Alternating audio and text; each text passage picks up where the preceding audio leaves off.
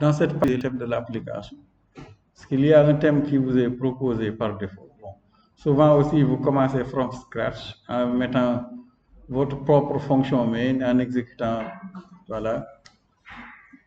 Donc, matériel app qui contient la page d'accueil. Donc, nous allons juste voir ici bon, quelques éléments pour personnaliser le thème. D'abord, il y a un premier élément. Vous avez constaté qu'il y a toujours un bandeau debug qui s'affiche à chaque fois que vous exécutez l'application sur le point en haut à droite. Vous pouvez l'enlever. C'est simplement l'option debug show check mode banner qu'il faut mettre à false. Je pense que si vous avez exécuté n'importe quelle application, à moins que vous l'enlevez, voilà, vous avez le bandeau là qui figure là, debug. Ça, c'est pour montrer que peut-être c'est en développement, en cours de développement. Si vous voulez l'enlever, il y a une propriété de matériel app, donc qu'il faut mettre à false. Et dès que vous le mettez à false, donc voilà, debug, vous voyez, debug, check mode banner. Vous le mettez à false. Voilà, peut-être là, après avoir développé, avant de livrer le logiciel, bon, vous le mettez à false. Et normalement, bon, quand vous exécutez à nouveau l'application, vous allez voir que la bannière a disparu. Bon. Si peut-être la sauvegarde ne permet pas. Oui. Vous voyez, la bannière a disparu. Je ne l'ai plus. Donc, debug, mode check, mode bannière. La bannière là. Donc, si vous ne dites rien, la bannière apparaît. À chaque fois que vous allez, donc, vous voyez, la bannière est là. Mais dès que je lui demande de ne plus le mettre ici, je mets la preuve, mais dans matériel app surtout, pas autre part. C'est matériel app qui a cette propriété. Voilà. Et après, il faut réexécuter votre projet et en principe, quand vous aurez réexécuté le projet, après avoir sauvegardé, vous verrez que la bannière donc, va disparaître. Donc, false. Donc, pour l'enlever. Donc, ça, c'est le premier élément de personnalisation. Donc, vous voyez, dans aucune des fenêtres maintenant, je n'ai plus la bannière là. Donc, à chaque fois que je vais dans une fenêtre, oh, la machine est devenue très lente. Donc, quand vous allez dans n'importe quelle fenêtre, donc, vous verrez que la bannière a été enlevée.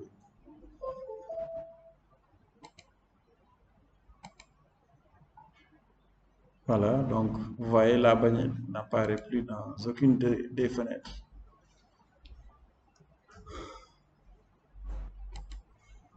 Voilà, donc la bannière debug a disparu.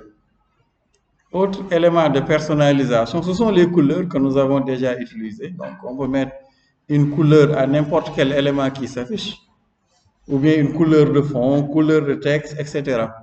Pour cela, on utilise la classe colors avec S et grand C. Et les colors va vous permettre d'accéder à l'ensemble de la palette de couleurs, même aussi à une certaine opacité, avec une certaine opacité de couleurs. Et ces colors-là, couleurs, sont applicables aux attributs color, background color, shadow color, etc. Donc, partout on peut mettre de la couleur, les bordures et autres. Maintenant, au lieu d'utiliser une couleur pour chaque élément, vous pouvez définir le thème. Nous y reviendrons avec thème data, voilà, et thème of, qui vont vous permettre de dire quel est le thème général de l'application en termes de couleurs. Voilà. Maintenant, il y a des échantillons de couleurs aussi que vous pouvez utiliser. Par exemple, le black, bon, c'est le traducteur. Quand vous écrivez black 54, c'est la couleur noire avec une opacité de 54%. Donc, l'opacité, c'est le caractère, plus c'est grand, plus la couleur, ou là où vous l'avez appliqué, ça devient transparent. Quand c'est total, vous obtenez l'effet vert. Vous pouvez voir, si vous le superposez avec un autre élément, ce qu'il y a derrière. Donc, pour les couleurs, bon, vous pouvez spécifier une couleur avec colors.green. Voilà, là c'est possible de le faire. Ou bien aussi, vous pouvez voir parmi les types de vert, bon, de green. Donc ici, en mettant en paramètre ici, donc voilà, donc, la forme de vert que vous voulez. Par exemple, là, un vert moins. Donc vous avez aussi, voilà, voilà, ces types de vert là, de jaune. Par exemple, là pour lime, la couleur lemon là, lime. Donc vous avez les différentes couleurs entre, donc voilà, comme dans un tableau qui va vous donner les différentes variantes de la couleur. Donc color et colors. Donc différentes variantes de couleurs. Vous pouvez aussi écrire blue 54, blue entre 0 et 100. Et dans ce cas, c'est la couleur bleue avec une opacité entre 0 et 100. Selon le chiffre que vous mettez immédiatement après blue, comme ici, noir. Pour la taille et la hauteur, nous avons déjà vu. Ce sont des valeurs entières en fonction, voilà, que vous mettez. Mais le mieux, c'est de raisonner suivant la hauteur et la taille en utilisant MediaQuery.ofContext.size. Et là, vous pourrez accéder selon le téléphone portable à la largeur et à la hauteur. Et c'est beaucoup plus prudent pour ne pas risquer d'avoir des éléments qui débordent. Surtout quand vous devez organiser plusieurs éléments. Donc, vous pouvez récupérer la largeur que vous divisez par 2 ou la hauteur. Bon, selon... Par exemple, si je dois placer 3 éléments, je prends la hauteur height divisé par 3 que j'affecte comme height de chaque élément. Bon. Donc, voilà. L'autre élément qui est très important, c'est la classe ThemeData. Vous l'avez aperçu dans le template ou le code qui a été généré par défaut avec MyApp. Et donc, voilà. Donc, ThemeData va vous permettre, au niveau de Material App, de définir le thème global de votre application en termes de couleur, en termes de taille de texte et beaucoup d'autres choses. Vous pouvez les définir là-bas. Donc, vous avez la propriété thème de Material App, voilà, qui peut être utilisée pour configurer l'apparence de l'ensemble de l'application.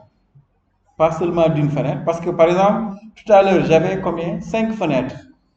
Donc, à partir de la propriété thème de Material App, je peux configurer tout le thème global de l'application.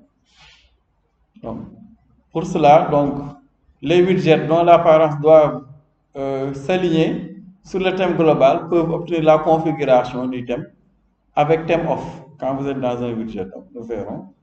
Donc, les composants aussi dépendent exclusivement de color shape et de text thème, etc., qui garantit que ces propriétés auront des valeurs non nulles. Donc, voici par exemple un exemple d'utilisation de thème. Regardez ici, au niveau de Material App. Donc, on a défini ici, donc entre la ligne 11 et la ligne 26, la propriété thème de Material Data pour définir le thème de l'application.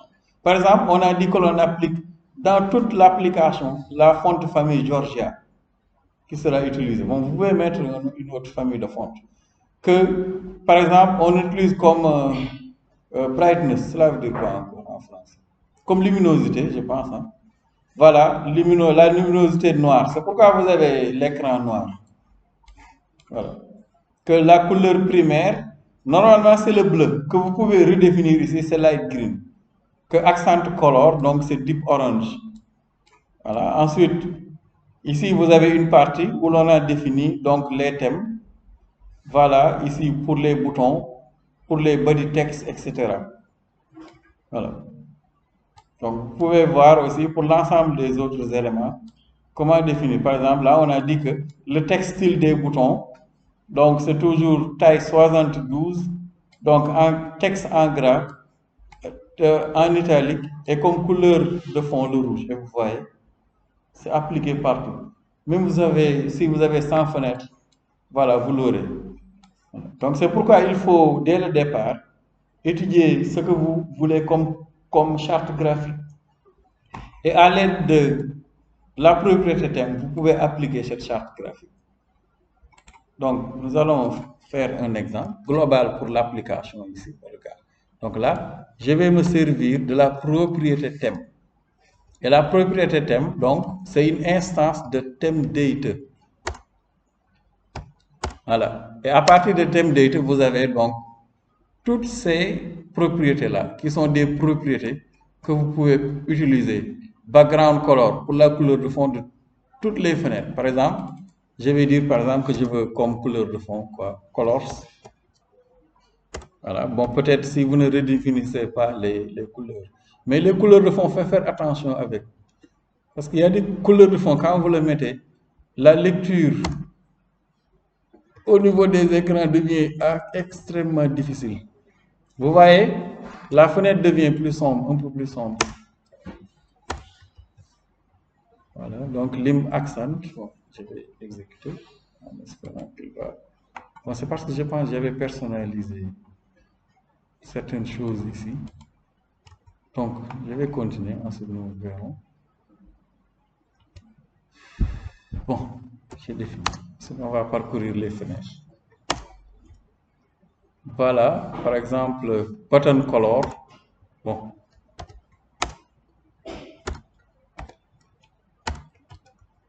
Bon.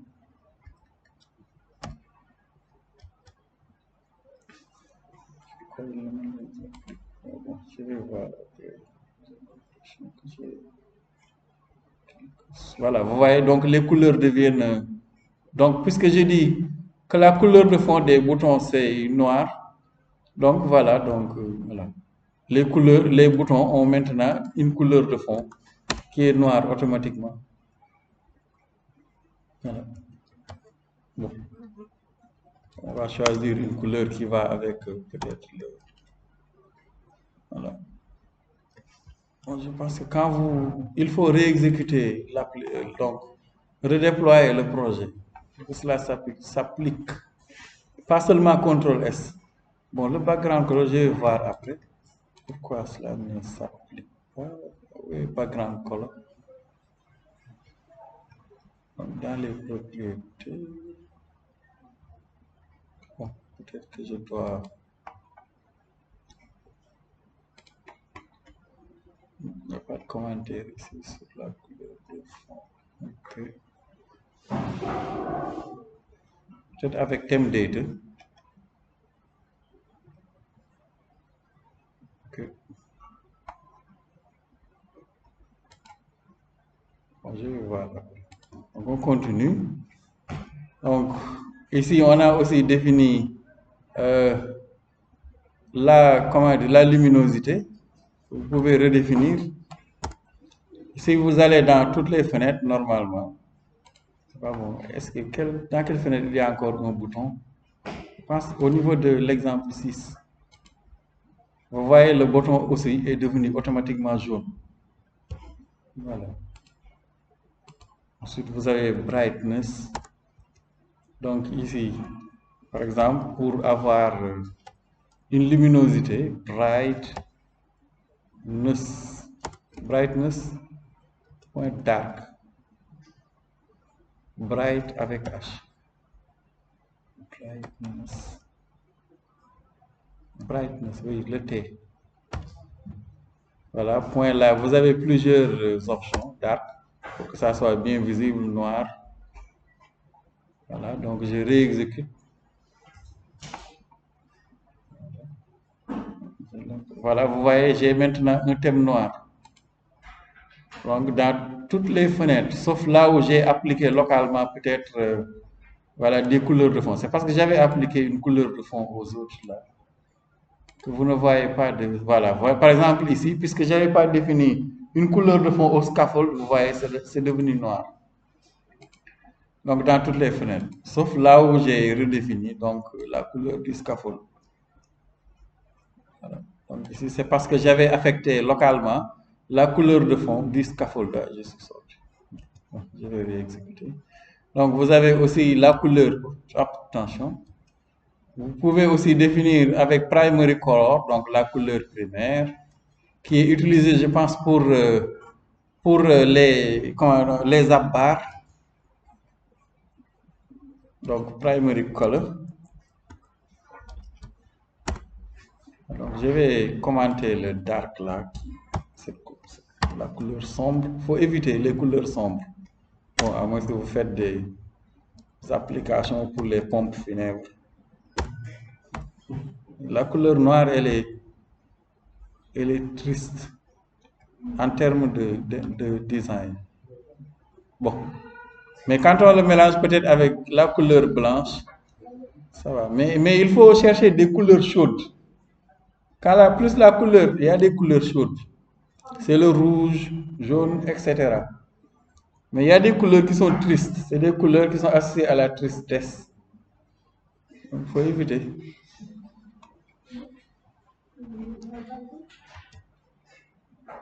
Donc, deep orange, par exemple. Bon. Dans le cours, pas comme mon prof de traitement d'image qui faisait le cours de traitement d'image, mais en expliquant les couleurs. Il était très gêné, le pauvre. Parce que dans l'échelle des couleurs, la couleur noire occupe la plus petite échelle. Bon, normalement, dans le langage en traitement d'image, on va dire que la couleur noire est la couleur la plus nulle. Puisque c'était en France, il était gêné de dire que la couleur noire est la couleur la plus nulle par échelle. Mais bon.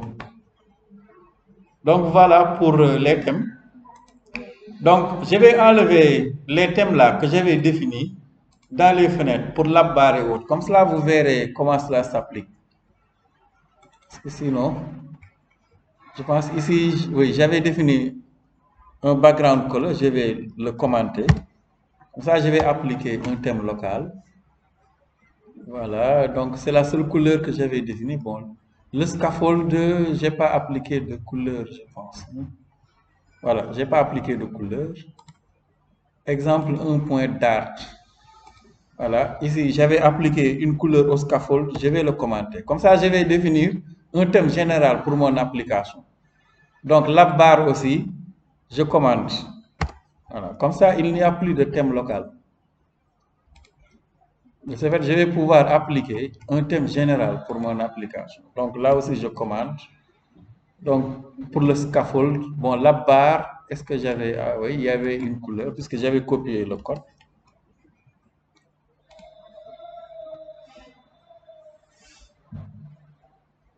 Donc background color, bon, ici c'est l'exercice, il faut que je laisse le background color. On pouvait aussi récupérer la couleur de l'autre. Donc background color light, on commande. Ici pour exemple 3. Ensuite, exemple 4. J'avais aussi défini la couleur, ou bien, non, heureusement, il n'y avait pas de couleur. Exemple 5. La barre n'avait pas de couleur, donc tant mieux. Exemple 6. Bon, couleur de fond. On utilise ici. Donc on laisse. Voilà, et TP2. Donc, color. Oui, la couleur, c'était lié au TP2. Donc, on laisse. Voilà, et là je vais me retrouver normalement, étant donné qu'au niveau de donc de la propriété thème de main material data, j'ai redéfini la couleur primaire. Normalement, ça devrait être appliqué à l'ensemble du code. Donc, primary color, par exemple, c'est ce qui est utilisé, je pense, si je ne me trompe pas, pour colorier. Donc, la barre. Normalement, c'est le bleu. Par exemple, là, vous voyez maintenant, puisque j'ai mis deep orange, normalement, dans toutes les fenêtres, vous voyez, dans toutes les fenêtres où je vais, j'ai maintenant partout deep orange. Hop. Exemple 2, vous voyez, c'est deep orange. Si je le change, par exemple, on va mettre une autre couleur pour être sûr que c'est cette couleur. Par exemple, je prends cette couleur purple qui est violacée. Bon, ça se dit purple. En anglais, ça se dit purple. Bon, pas comme mes parents. Ça se dit purple. La couleur. Vous voyez maintenant, j'ai le thème violacé pour l'ensemble de mes abbats. Voilà, sauf, bon, là, je pense que j'avais défini la couleur. À moins que vous n'allez quelque part où vous avez défini localement la couleur. Vous voyez, partout où on a utilisé primary color, vous avez donc cette couleur. Vous avez aussi accent color. Voilà. Vous pouvez redéfinir. Vous pouvez après regarder l'ensemble des propriétés que vous avez ici au niveau de thème data. Et ensuite essayer de les utiliser. Par exemple, ici, color. Colors, mais en le faisant, utiliser des couleurs qui vont ensemble. Il y a des couleurs qui vraiment ne vont pas ensemble. Ne les mélangez pas. Donc, accent color. Je ne sais pas s'il y a un élément qui utilise accent color ici. Peut-être qu'il n'y en a pas. Indigo. Indigo, c'est quel type de couleur? Ah oui, c'est la couleur bleue. Violet. Bleu. Voilà, par exemple. Ensuite, ici, la famille de fonte aussi. Vous pouvez dire quelle est votre fonte, la fonte famille que vous souhaitez utiliser. Voilà. Bon. Est-ce qu'on a fonte? On avait la classe fonte.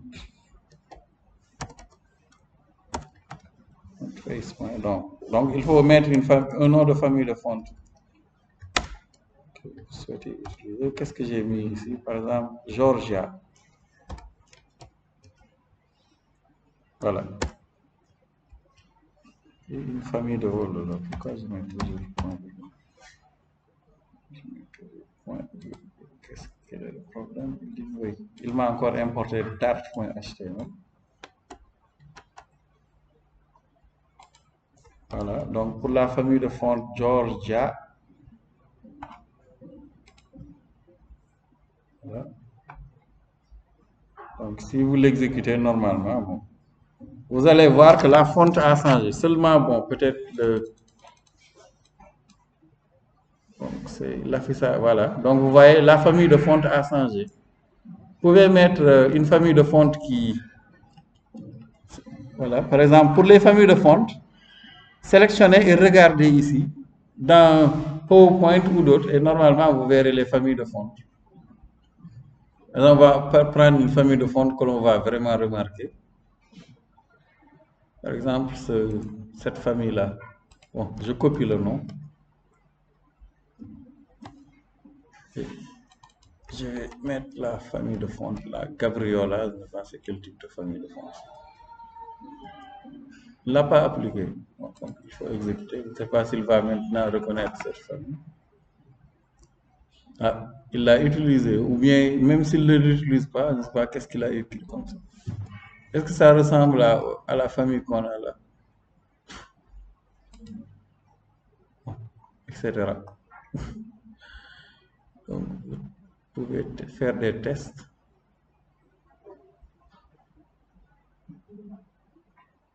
Avec les familles de fonte, voilà. Par exemple, cette famille de fonte, je ne sais pas s'il va le reconnaître, qui est un peu... Voilà, qui s'affiche ink free. On va reconnaître la famille.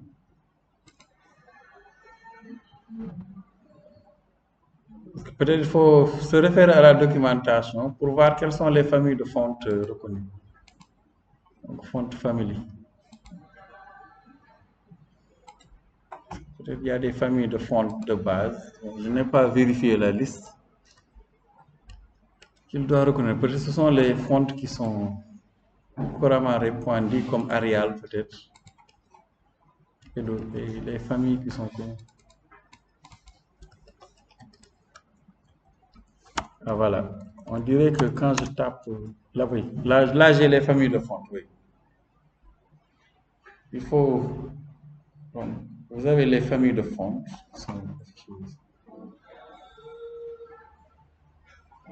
Bon, ce sont les familles qui contiennent A. Peut-être il faut enlever A, il faut écrire une lettre. Au moins, comme ça, il va vous montrer. Quand vous écrivez B, vous avez les familles de fonte qui sont reconnues aussi. Voilà. Quand vous écrivez C, vous avez les familles de fonte qui commencent par C, qui sont reconnues. Voilà. Vous avez les familles de fontes Android et iOS. Bon, iOS a beaucoup plus de familles de fontes. Je connais des Damascus, Droid, etc.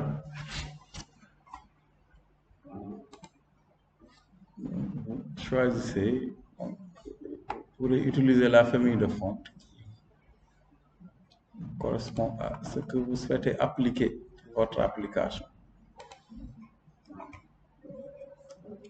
Font family.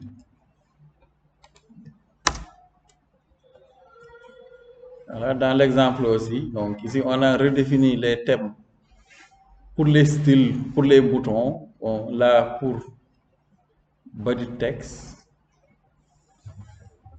Oui. Hein? Vous écrivez la lettre. Bon, peut-être il faut regarder là. Par exemple, quand j'écris A, j'ai immédiatement les familles de fontes qui commencent par A. Hein? C'est le style d'écriture. Et Time New Roman, Arial, c'est la fonte de famille. Ça, vous pourrez utiliser la famille de fonte qui correspond à l'écriture. Fonte family. Maintenant, vous pouvez réellement personnaliser l'affichage du texte. Par exemple, ici, bon, vous avez les autres propriétés qui s'affichent là.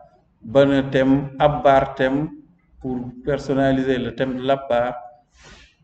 Voilà, card color, canevas, cursor, divide color, dialogue, l'ensemble de ces éléments-là. Et si vous arrivez au T, pour les textes, vous avez le thème pour les boutons de texte, selection color, text handle color, text thème en général, time picker, etc. Là, on va utiliser text thème pour personnaliser, comme ici, le thème d'écriture des textes au niveau de l'application. Encore, c'est texte thème. Voilà. Et au niveau de texte thème, vous avez donc, vous pouvez personnaliser l'ensemble de ces éléments. Pour les titles, par exemple, pour les body, pour les buttons, etc. Caption. Voilà. Donc, tout ceci. Par exemple, ici, pour les buttons, parce que nous avons des boutons, nous verrons les titles.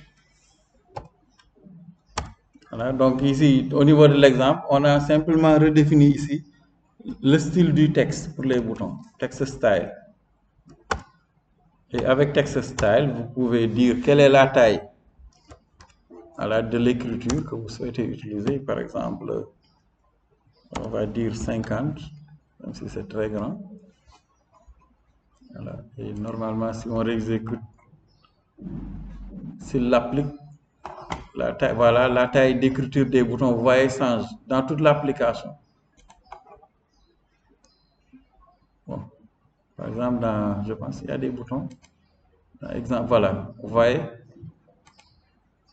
la taille des boutons change partout. Bon, je vais mettre une taille moins grande, par exemple 30. Bon, à part aussi, vous avez accès à font white, font style pour mettre en italique, background color aussi de l'écriture et l'ensemble des propriétés qui sont liées à text style. Font white, background, la décoration, font family, decoration style, font style, voilà, shadow, l'ombrage, etc. En fonction du style que vous souhaitez appliquer. Shadow, c'est l'ombrage. L'ombrage. Voilà. Donc voilà, bon, le reste, je vous laisse découvrir les autres propriétés, les exemples. Bottom navigator bar, bottom sheet, bottom bar. D'accord, floating action button thème aussi, highlight color, hint. Pour les icônes aussi, vous pouvez personnaliser le thème, icône thème, que nous avons déjà utilisé dans le TP. Les pop-up, Même les autres couleurs, primary, dark color, bright, icon, thème. Voilà. Shadow color pour les éléments qui ont l'ombre. Slide, text, button, tout cela. Voilà.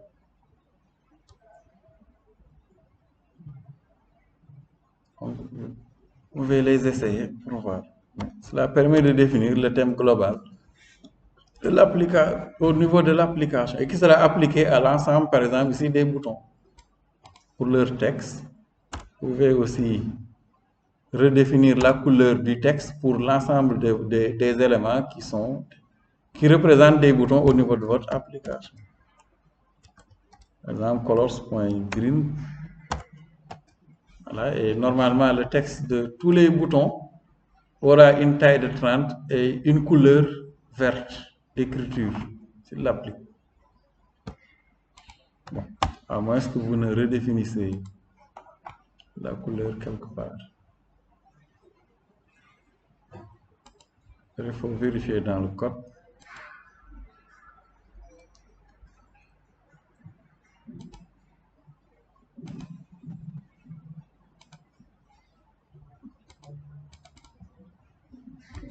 Bon.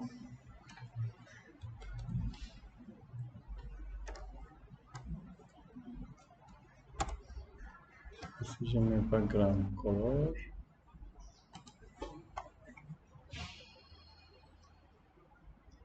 Voilà, donc la couleur de fond s'applique. Bon, tout à l'heure j'ai mis color, donc il n'a pas appliqué. C'est pas pourquoi. Voilà, et partout où il y a un bouton, le bouton aura donc une couleur de fond verte. Voilà, bon, pour redéfinir le thème.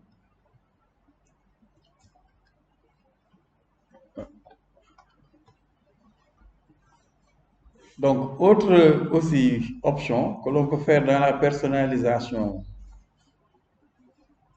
Donc,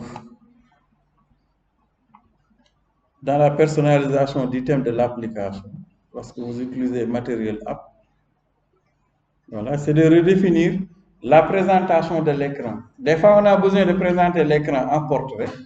C'est la présentation par défaut. Mais des fois aussi, on a besoin de faire une rotation parce que l'écran, ou bien ce qu'on affiche, est très grand suivant la largeur.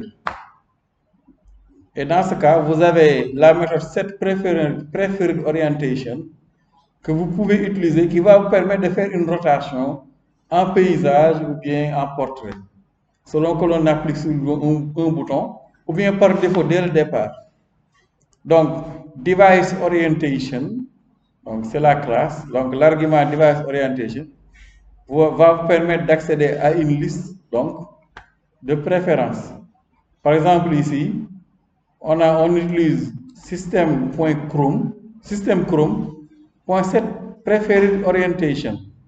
Et ensuite, device orientation va vous permettre de spécifier des préférences. Donc, landscape right, portrait down, etc.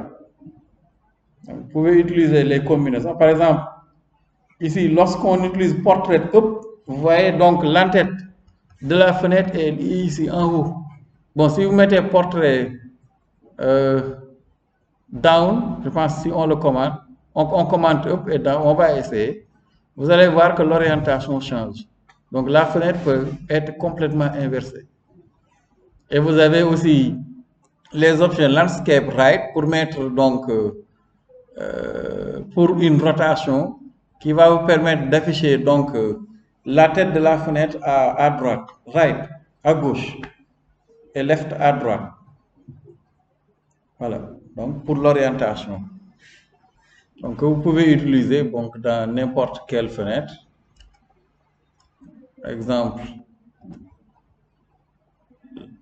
pour exemple 1 ici, je peux lui demander ici, donc comme dans l'exemple ici, donc avant de retourner scaffold, ou bien même au niveau de votre fonction main, vous pouvez dire que toutes les fenêtres doivent s'afficher en portrait ou l'autre. Je pense que c'est accessible depuis là, même. Pour le définir globalement, c'est Comment encore? Système Chrome. Je vois maintenant pourquoi cela s'appelle système Chrome. C'est comme ça que ça. C'est ça le nom. Donc, point, vous voyez plusieurs options ici que vous pouvez essayer de voir, mais c'est surtout la fonction set preferred orientation qui nous intéresse. Donc, système Chrome.set orientation. Voilà. Maintenant, quand on l'applique là, bon. Ok. Voilà, donc. Sinon, on va l'amener seulement. Donc, device orientation. Voilà. Et là, bon. Si je refuse, on va l'amener dans le build. Ah oui. On va l'amener dans le build. Ok, bon. Je vais l'amener dans une fenêtre. Parce que je ne peux pas l'appliquer directement ici. Tel matériel. Je voulais l'appliquer. Bon, je vais le mettre là pour voir s'il est possible de l'appliquer globalement à toute l'application. Bon, le format.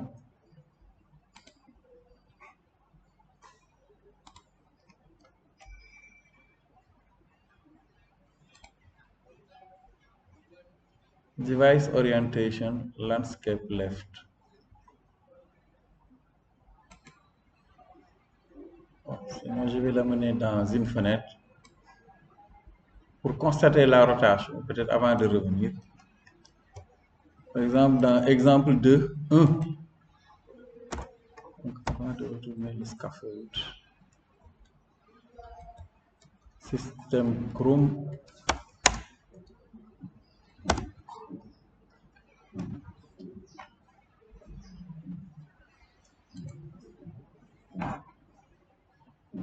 Vous voyez, il y a une rotation ici. Quand je vais sur exemple 1, il y a immédiatement une rotation. Bon, qu'il conserve. Mes fenêtres sont complètement retournées.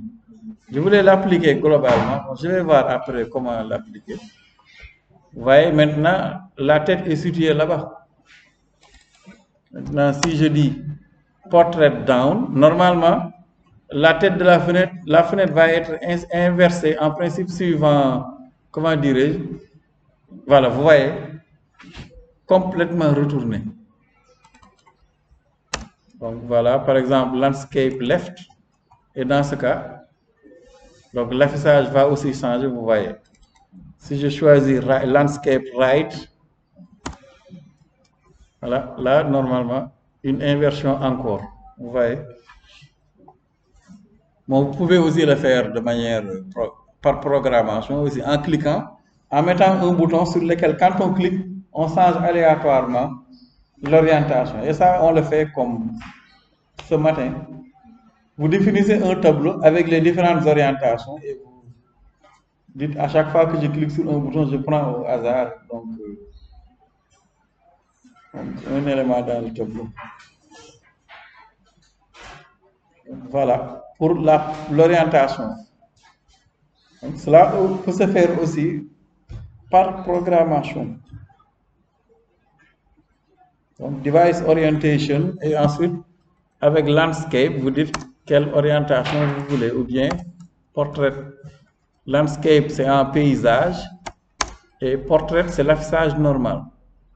Donc, landscape right, landscape left, portrait down, portrait up, en fonction donc de voilà, du sens où l'affichage va se faire. Portrait down et là, par défaut, la fenêtre sera affichée complètement retournée.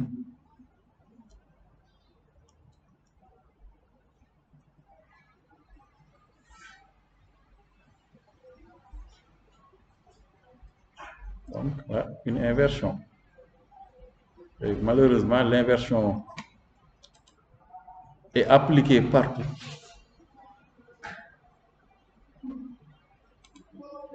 Dans toutes les fenêtres. Les fenêtres sont inversées.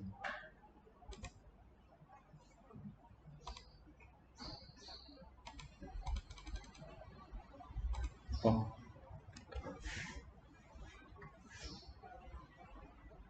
Donc, set system Chrome.set preferred orientations. Ok. Maintenant, je ne sais pas pourquoi il a refusé que je l'applique dans la fonction main. Peut-être que je ne l'ai pas mis au bon endroit. Run up, mais ici, c'est vrai que je n'ai aucun autre espace de mettre. Bon, peut-être là.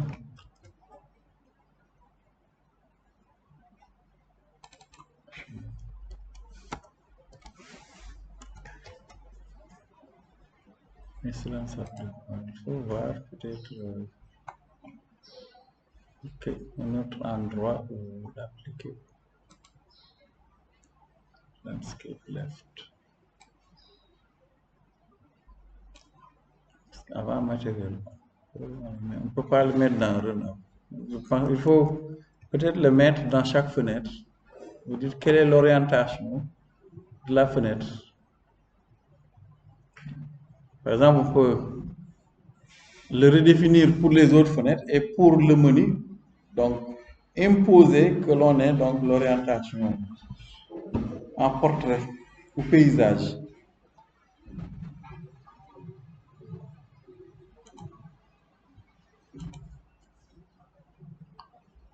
Donc, autre élément aussi, ce sont les bordures des widgets. Enfin, quand on les affiche, surtout les zones de saisie de texte, on peut vouloir mettre une bordure. Et pour cela, on utilise box decoration et input decoration pour les zones de saisie à l'intérieur. Hein.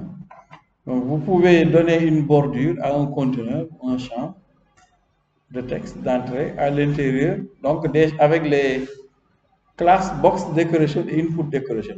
Box decoration, nous avons déjà vu. Bon. Ensuite, donc, ici, vous avez un exemple où on modifie l'épaisseur, donc la couleur et le rayon de la bordure. Donc, comme nous l'avons déjà vu dans des exemples, pour changer la décoration d'un élément, on l'encapsule dans un conteneur. Et dans le container, vous avez la propriété decoration. Decoration vous permet de créer une instance de box decoration. Avec donc la couleur, par exemple, quand on met light green accent, voilà, on a bien light green accent pour la décoration, la couleur. Border radius pour mettre le rayon de la bordure, hein, c'est pourquoi vous avez ici une bordure avec des coins arrondis. Vous pouvez augmenter ou diminuer la valeur. Vous pouvez aussi choisir de mettre une bordure en haut, en bas, à droite, à gauche exclusivement, ou les quatre à la fois. Mais quand vous écrirez border.all, ce que vous mettrez dans border va s'appliquer dans les quatre directions.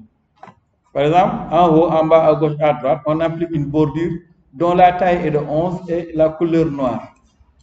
Voilà, c'est ce qui a donné ceci.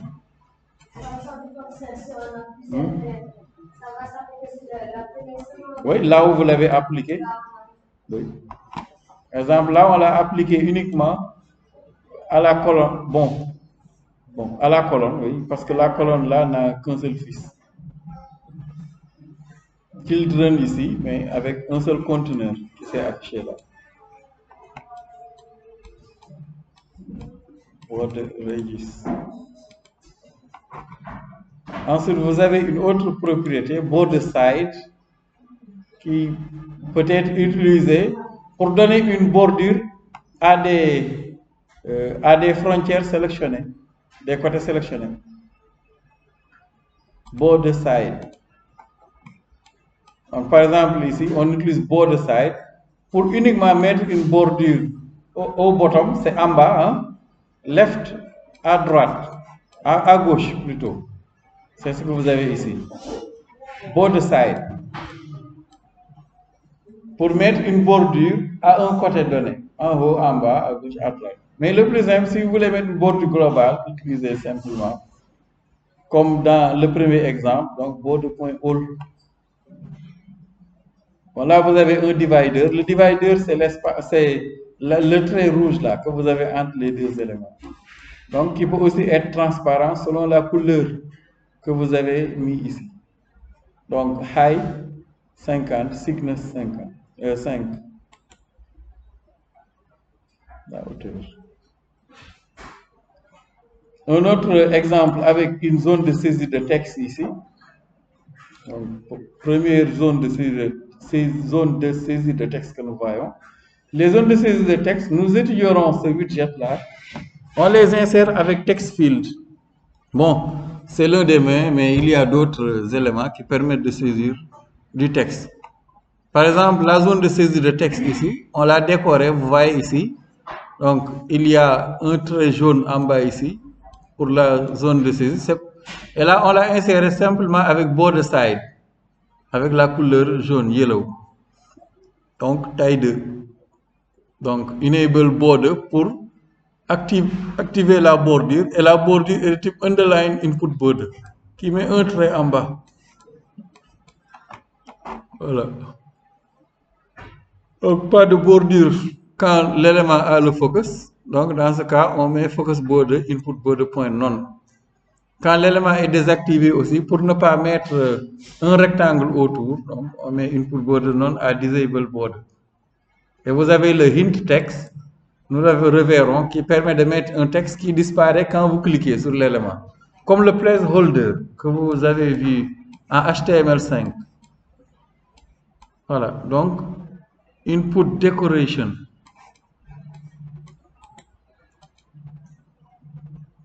Et vous avez aussi outline decoration qui aussi est utilisé avec les décorations, qui permet de spécifier une bordure externe, par exemple pour les zones de saisie. C'est pourquoi ici, pour cette zone de saisie, le text field, vous voyez, il y a une bordure externe.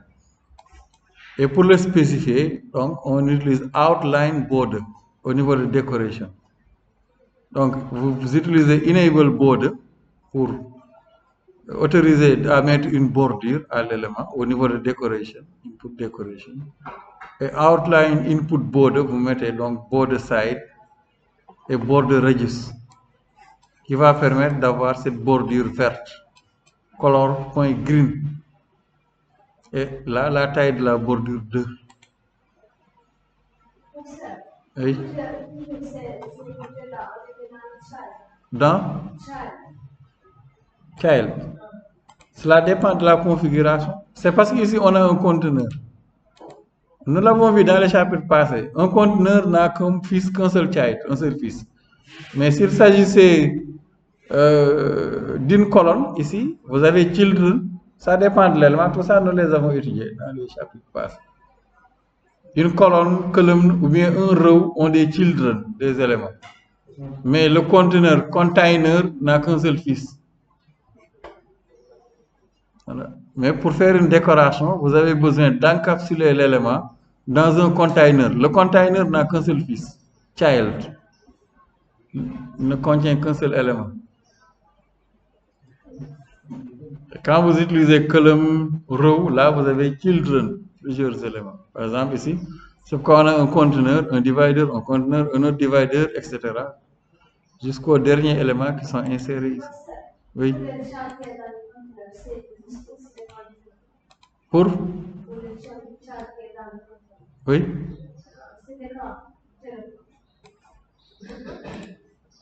Quel child?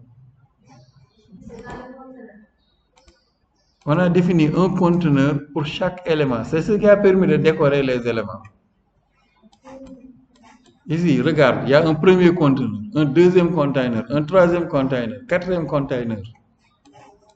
Premier container qui décore celui-là, deuxième container qui a décoré, troisième qui a décoré celui-là et quatrième. Parce qu'on ne peut accéder à la décoration qu'en utilisant un container qui encapsule un text field dans ce cas-ci. On pouvait aussi utiliser un bouton que l'on décore.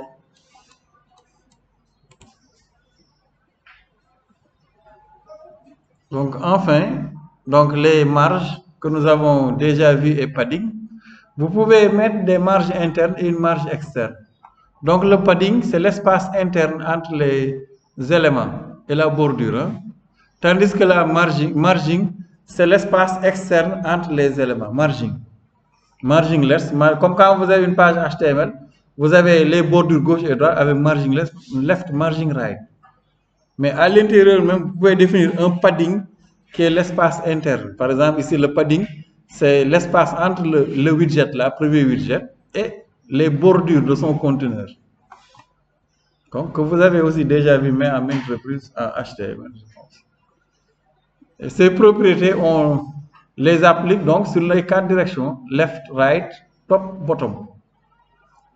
Alors, maintenant, pour spécifier les marges et padding, on utilise edge insert. Donc, vous m'avez vu l'utiliser donc dans certains exemples. Point all pour mettre une marge ou un padding dans les 4 directions. Voilà. Ou bien from LTRB. Bon, ici, il a converti. Normalement, ce n'est pas gauche. Double droite, bas, c'est left, right, bottom, top. Qui crée une marge à partir donc des marges gauche, haut, bon, que l'on spécifie ici. Ou bien from padding, etc.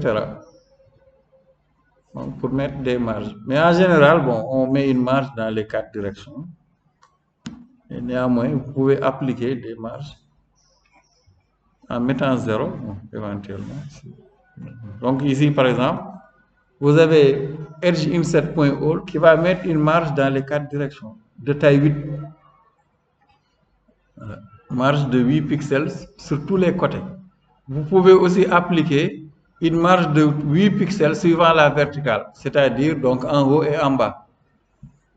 Voilà. Et dans ce cas, on utilise edge insert point symétrique vertical 8.0 et une marge à gauche seulement left 40, à droite seulement right. Vous mettez la valeur que vous voulez, etc.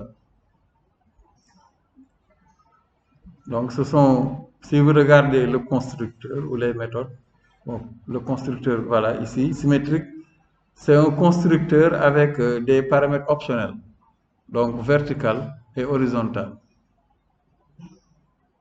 Et là aussi, pour edge.insert.only, là vous pouvez appliquer une marge seulement à gauche, à droite, en haut ou en bas. Et c'est optionnel pour les autres. Donc vous pouvez écrire .only left seulement, ou bien right. Donc ici, il faut... C'est en français, c'est parce que j'avais converti le texte. Il m'a converti les noms des paramètres, mais c'est left, right, top, bottom. Je vais corriger après, Inch'Allah, si je ne l'oublie pas. Donc voilà, ça a été appliqué ici, les marges. Voilà. Donc par exemple ici, pour le conteneur qui contient le texte bordure d'une zone externe de saisie, donc on a utilisé ici comme marge only left 70. C'est pourquoi vous n'avez qu'une marge à gauche. À droite, vous voyez, il n'y a pas de marge pour cet élément-là. Ensuite, vous avez le padding interne ici, qui utilise donc dans les 4 directions 5.0. Voilà.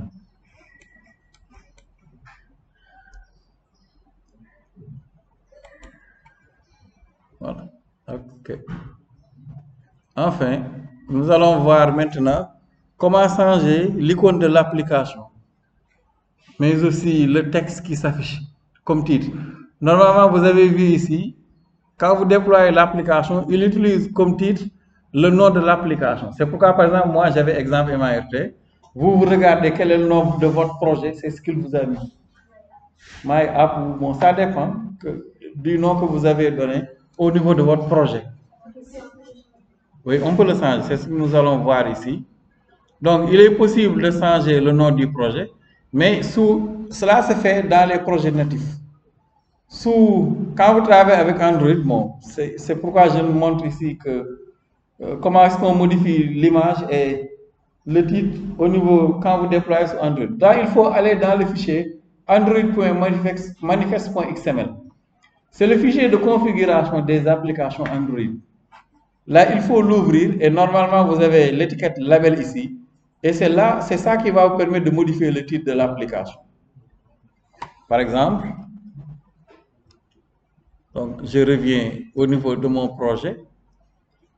Donc, bon, je vais enlever l'orientation. Donc, ici, je le commande pour avoir une orientation normale. Bon, est-ce que je l'avais aussi inséré? Bon, je pense j'avais enlevé les autres pour avoir à nouveau l'orientation.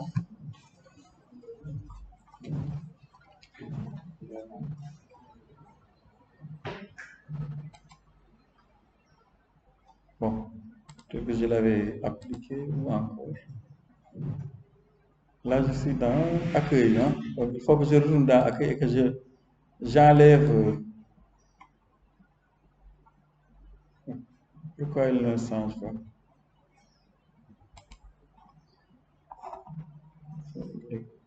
Là, parce que là, je vais demander d'exécuter.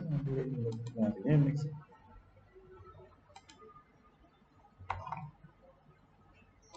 Mon main point dart, ok, je n'ai aucune ligne sur l'orientation. Accueil, là aussi, je n'ai aucune ligne où je change l'orientation. Ok, bon, sinon, je vais arrêter et réexécuter l'application. Voilà, donc l'écran se retourne à nouveau. Donc, si vous regardez, mon application, elle est, bon, elle est là, l'application est là. Et le nom que j'ai ici, si vous regardez, c'est le nom. Voilà. Donc, mon application a comme nom exemple. Ah, il a encore redéployé. Voilà. Le nom de l'application, c'est exemple. Exemple MART. Regardez, comme ici. Le nom du projet. Maintenant, pour le changer, c'est simple. Vous venez ici dans Android. Voilà, Android. Pour le chemin, je me repère encore. Donc, SRC. J'ai sauté, on dirait l'app là. App SRC. Donc, le manifeste ici.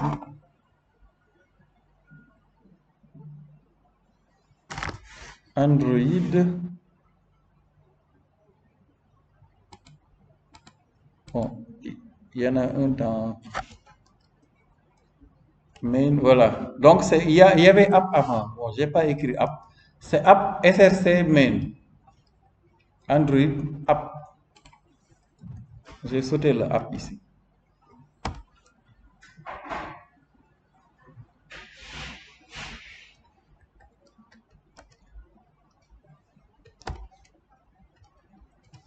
App.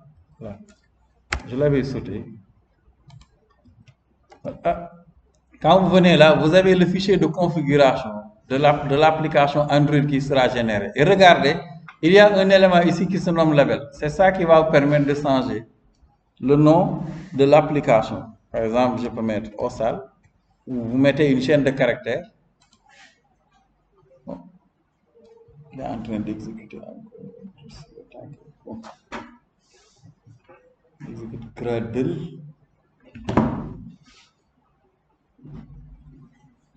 Bon, quand on travaille avec Android, des fois, il est nécessaire de désinstaller des fois. J'espère qu'ici, ce ne sera pas une nécessité. Oui, Android manifest.xml. Et quand vous êtes là-bas, vous repérez donc la propriété label Android 2.label de application.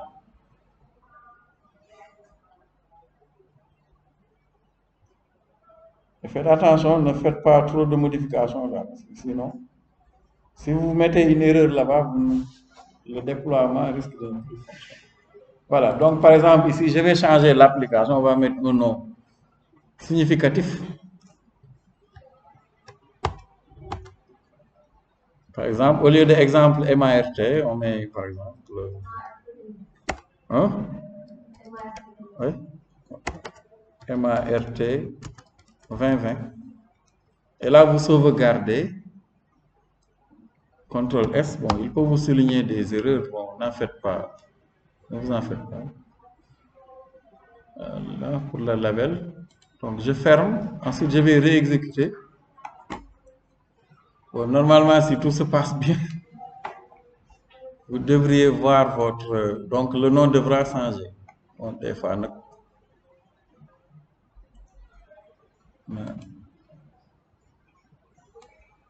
Donc, je vais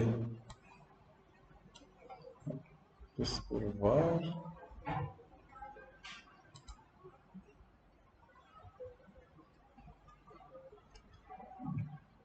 Donc, label, ok, que j'ai changé.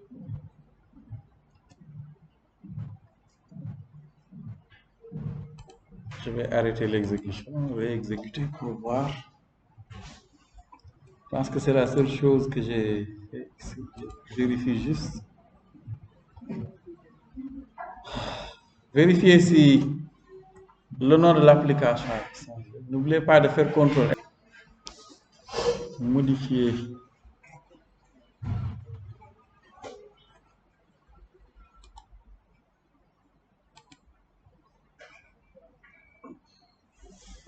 Installing app. Bon, je l'ai redéployé. Bon, j'ai eu raison de le faire. Bon, ok. On attend. Bon. S'il refuse de le faire, vous désinstallez l'application et vous lui demandez à nouveau de redéployer l'application. Parce que je sais que quand on travaille avec Android Studio, des fois il est nécessaire, je ne sais pas pour quelle raison, de désinstaller l'application et de la redéployer à nouveau pour voir les changements. Donc je vais sortir de l'application, revenir au menu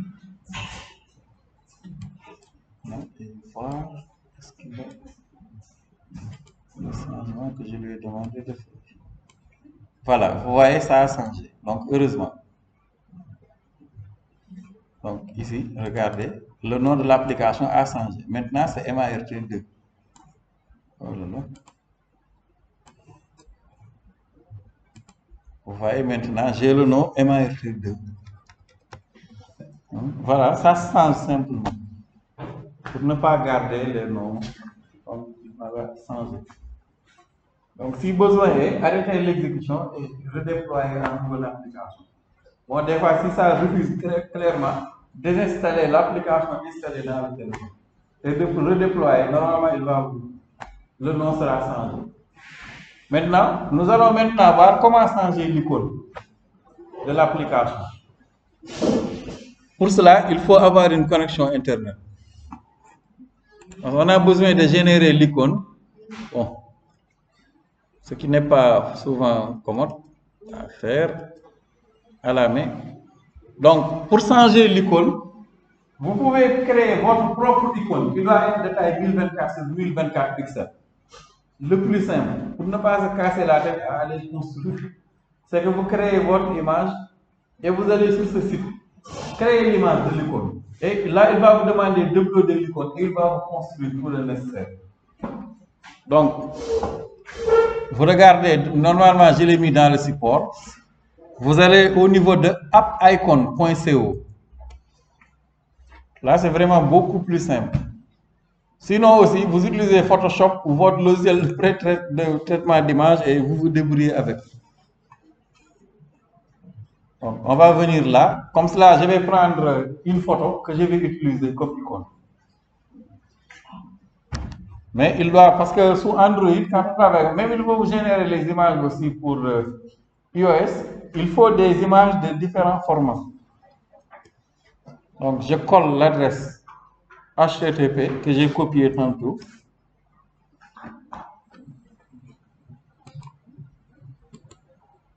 En espérant que la connexion va fonctionner. Sinon, vous le ferez après.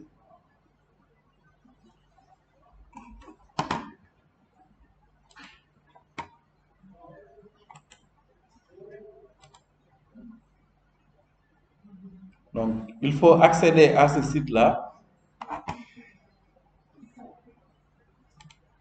Et quand vous accéderez à ce site web, il faut uploader dans ce site l'image que vous voulez utiliser comme icône. Une fois que vous l'uploadez là-bas, bon, vous pouvez générer, voilà les icônes pour iOS. Bon, il y a des options ici, vous choisissez les options que vous voulez. Par exemple, je n'ai généré les icônes que pour Android. Vous pouvez aussi choisir icône, iPad, etc. si vous déployez là-bas. Mais ici, puisque je ne travaille qu'avec Android, je vais lui demander de bon, la connexion. Donc le cours sur les plugins risque d'être un problème. Dans la partie sur les plugins, nous aurons besoin d'installer les plugins et malheureusement, nous verrons. La connexion 4G ne semble pas fonctionner ici.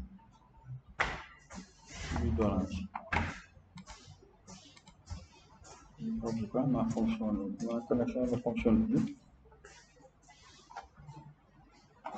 Vous êtes parvenu à aller sur le site App Icon.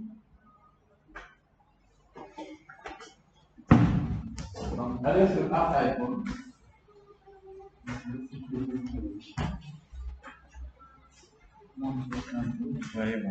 Pourquoi la connexion ne passe pas alors que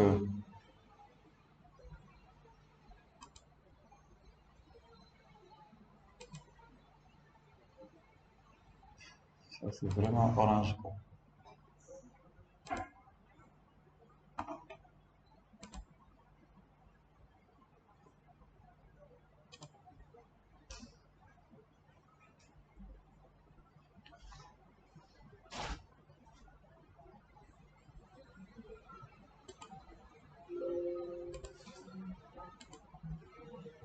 Ah, finalement, je pense que.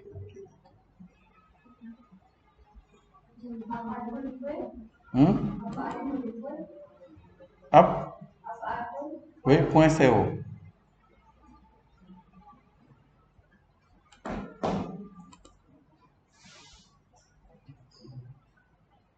Bon. Appicon.co.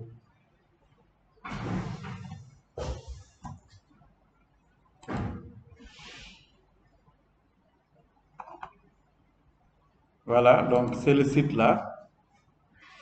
C'est bon. Donc il va le charger.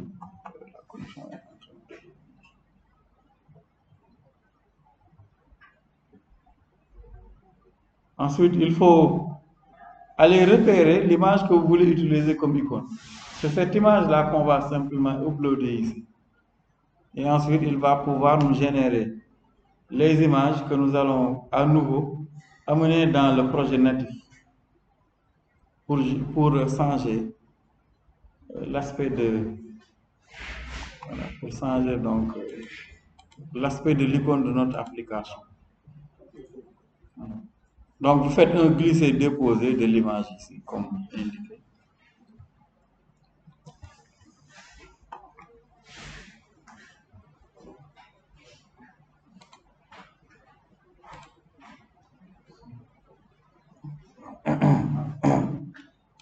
Donc, une fois que vous venez là, la deuxième étape, c'est de prendre l'image que vous souhaitez utiliser, vous le glissez, faites un drag and drop ici. Vous prenez l'image et vous la glissez sur l'espace qui est là. Drag and drop. Prenez une image, l'image que vous souhaitez utiliser comme icône. Mais les icônes, vous pouvez les concevoir avec Photoshop. Bon, il y a d'autres logiciels de traitement d'image.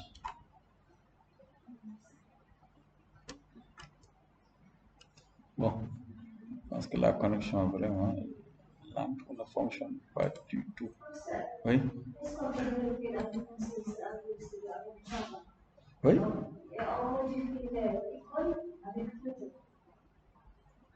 Développer avec Java, pourquoi développer avec Java? Java est venu modifier avec Flutter. C'est deux environnements différents. Soit on développe avec Java ou avec Flutter. Bon, je ne sais pas pourquoi on combinerait les deux.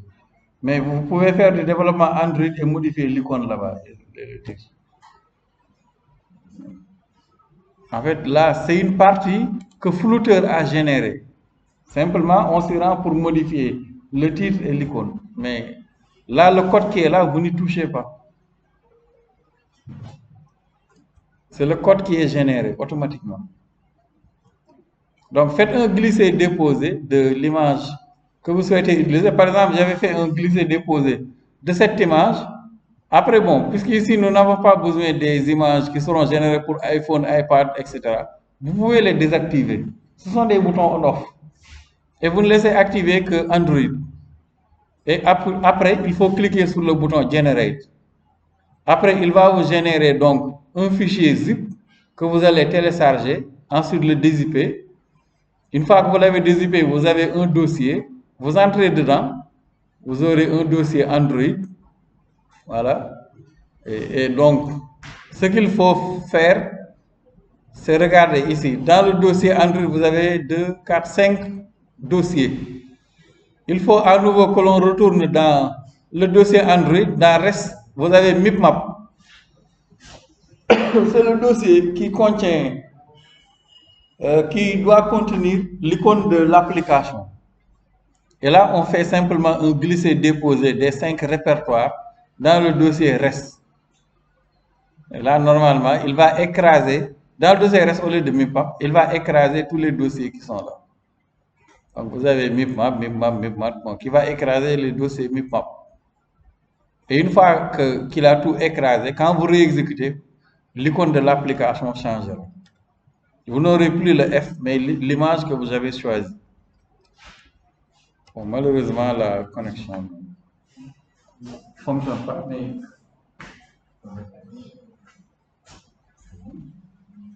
là, il faut désactiver.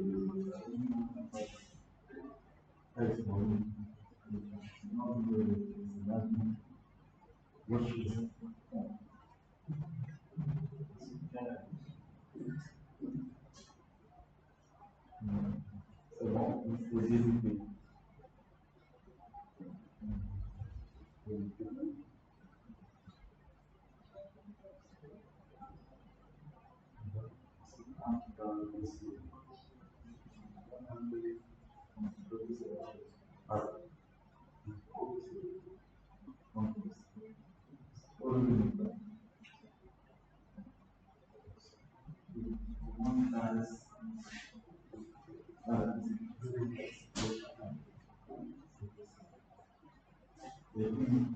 Bon, il faut faire glisser les points de la reste une fois.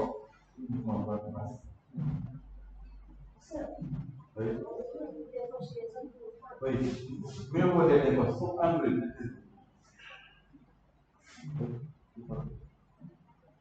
Ouais, non, c'est plus l'exécution.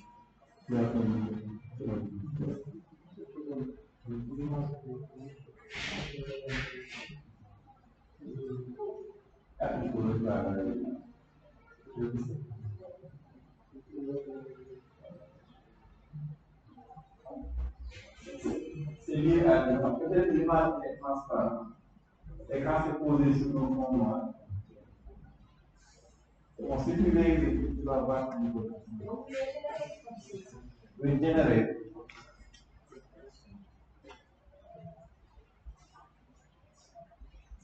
Oui, ensuite il va te proposer de télécharger. Voilà. Et le zip là, il va.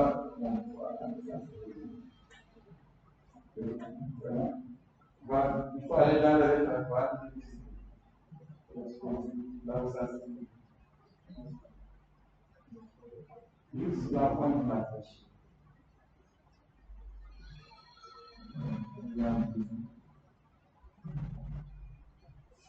Le bouton droit.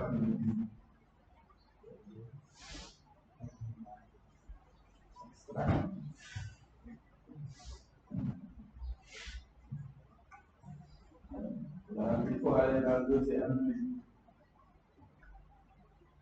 Non, c'est là. C'est copié.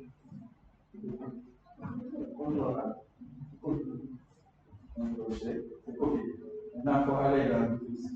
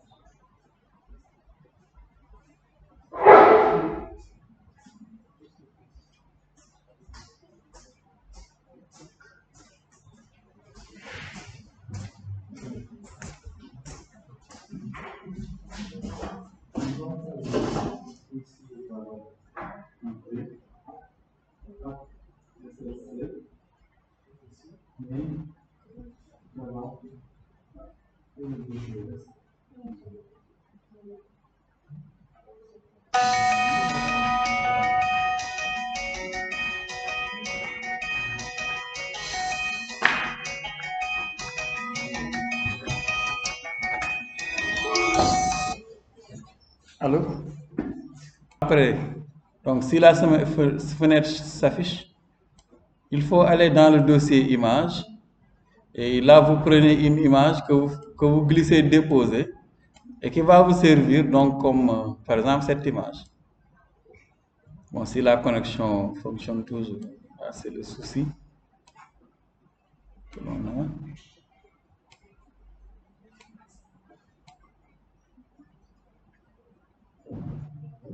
Je pense que la connexion, voilà, c'est bon. Ensuite, il faut désactiver. Voilà, parce qu'on n'a pas besoin de générer, on a besoin seulement des icônes pour Android. Generate, là il va générer donc les fichiers, voilà, que vous téléchargez, donc app icon, par exemple. Ensuite, je vais afficher le dossier dans lequel se trouve le zip. Voilà, une fois dans le dossier, je vais dézipper ce dossier, donc extract to app icon.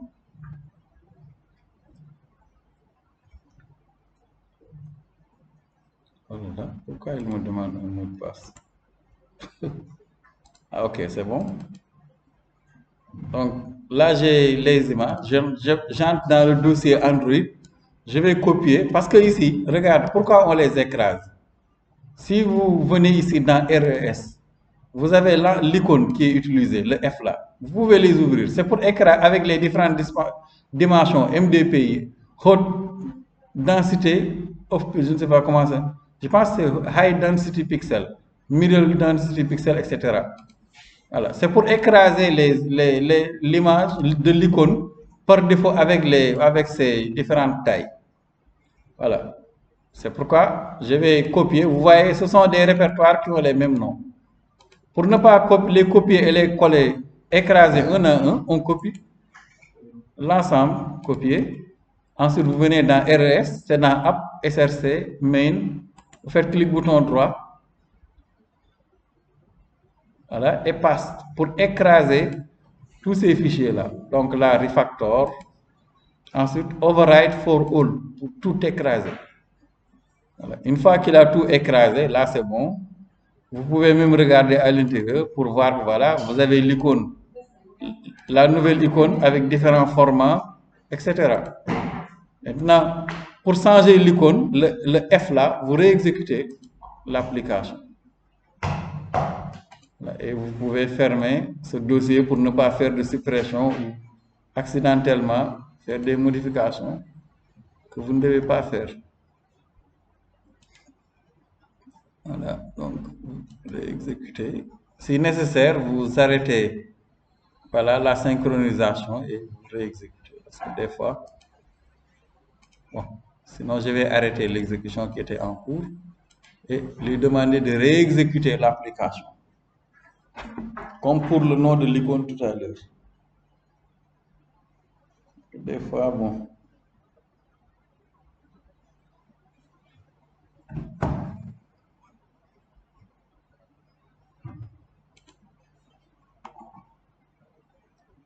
Là, il exécute.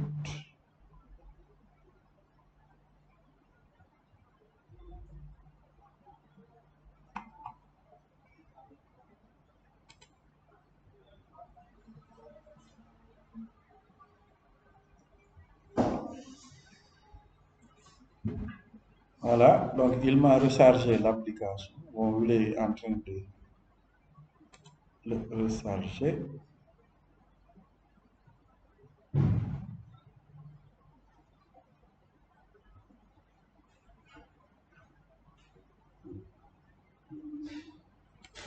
Voilà, l'application a été rechargée. Je vais aller vérifier est-ce que l'icône a réellement changé. Vous voyez, l'icône a changé. Maintenant, c'est l'icône que j'avais donnée qui a été définie comme l'icône de l'application. Maintenant, bon, en principe, il faut utiliser un logiciel de traitement ou le logiciel qui génère les icônes ou l'icône de l'entreprise ou de celui qui représente, voilà, qui représente ce que vous voulez faire et vous l'utilisez comme image. Donc l'outil là est vraiment pratique. Sinon après, L'autre alternative, c'est de créer l'image avec 1024 sur 1024 pixels. Et ensuite, vous l'écrasez, vous le collez dans le reste. Comme ça, il va le mettre dans le bon répertoire. Voilà, on change simplement donc, pour personnaliser. Donc, une fois, et ceci se fait une fois terminé. On enlève le bandeau debug, on change le nom. Voilà. Comme par exemple, eux, ils ont mis Drive, là, ils ont mis Calendar, etc. Et vous changez l'image aussi pour prendre l'icône qui officiellement est donc celui de l'entreprise. Le reste, c'est une question de design. Voilà. Oui. Au niveau de l'émulateur, tu utilises l'émulateur. Il faut cliquer sur le bouton là, ici. Au niveau de l'émulateur, bon, je vais vous montrer.